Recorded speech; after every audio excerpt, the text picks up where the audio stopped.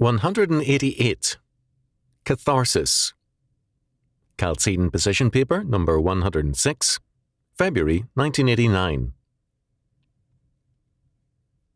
It was Aristotle who formulated the literary theory of catharsis, although, as scholars have admitted, there is no certainty as to what Aristotle meant by it. The Greek word catharsis means, literally, a purging. It is related to our meaning of cathartic, a laxative, something to cleanse the system. Like everything else in Aristotle, Christians over the centuries have given catharsis a moral meaning. A drama or tragedy must end in a moral resolution and an outcome which gives more meaning to life.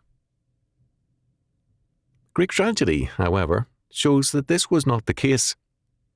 A brutal, meaningless and blind fate prevailed.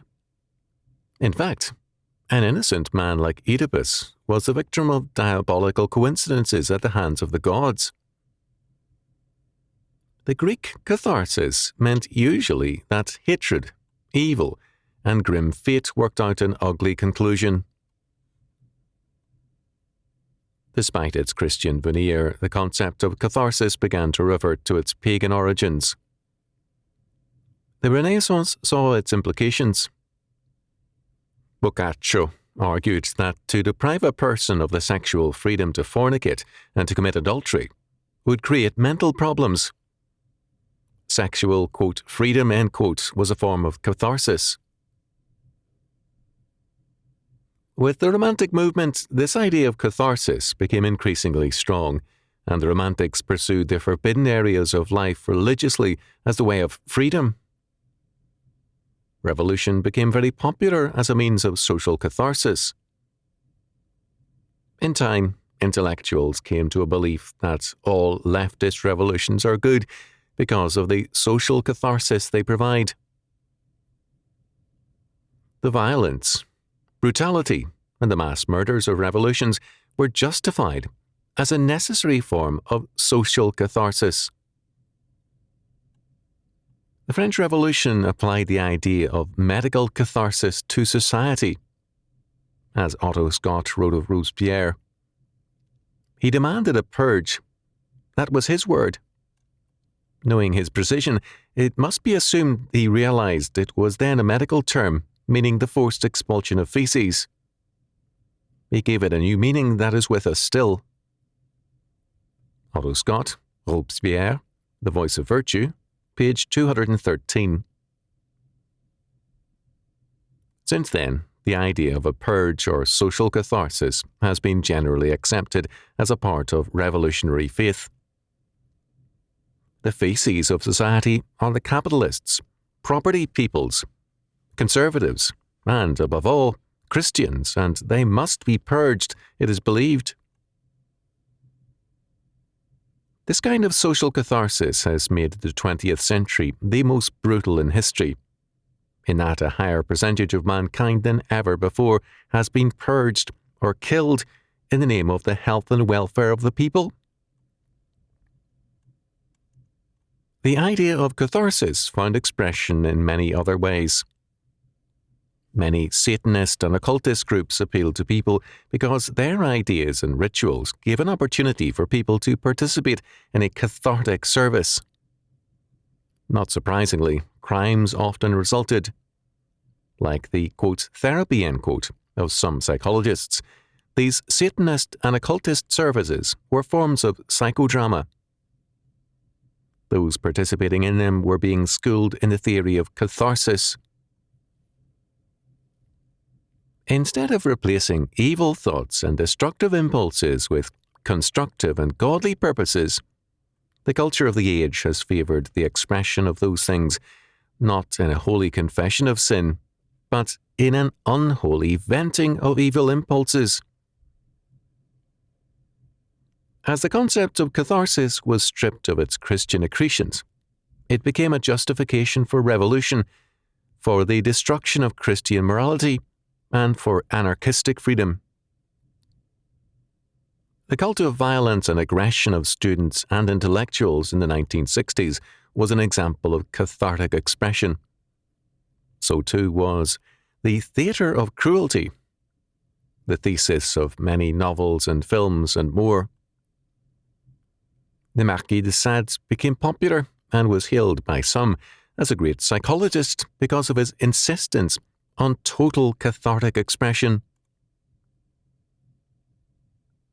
As E.M. Thornton has shown in The Freudian Fallacy, 1983, the idea of catharsis was basic to Freud's thinking. Insane dreams were a form of catharsis for Freud, as were aberrations in behaviour. His, quote, therapy, end quote, was not to impose a mental or moral discipline on patients, but to encourage their expression of inner drives. Catharsis or healing came through their expression. Hence, Freud refused to condemn various forms of perverse sexuality. They were cathartic expressions. Christians, hence, were the sickest of people for Freud because they behaved with health and morality. Obviously, he held, they had escaped a personal neurosis by embracing the cosmic neurosis, God. Freud's greatest success was in the arts. Painters and writers found in his ideas a congruency with literary theory, Aristotelian, and with revolutionary ideologies, which also utilized the Aristotelian doctrine of catharsis. The deterioration of standards in the arts has been due to the steady assault on all impediments to cathartic expression.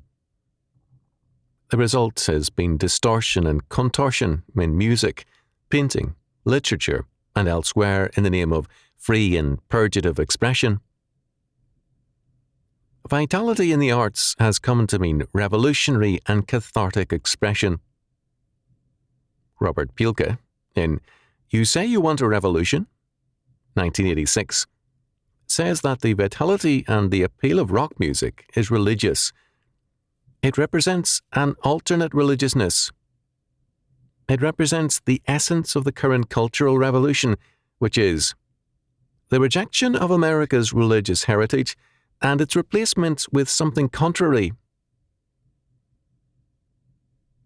In the current faith in catharsis, it is held that mental and social problems are a result of repression. Hence, the way to health is to repress nothing. All kinds of slogans have justified this lawless self-expression since the 1960s. It feels good. Do it. Me first. Do your own thing. And so on and on. The Westminster Shorter Catechism begins, What is the chief end of man? Man's chief end is to glorify God and to enjoy Him forever. The focus is God, not man. Job, after losing his children and wealth, could say, Naked came I out of my mother's womb, and naked I shall return thither. The Lord gave, and the Lord hath taken away. Blessed be the name of the Lord. Job chapter 1, verse 21.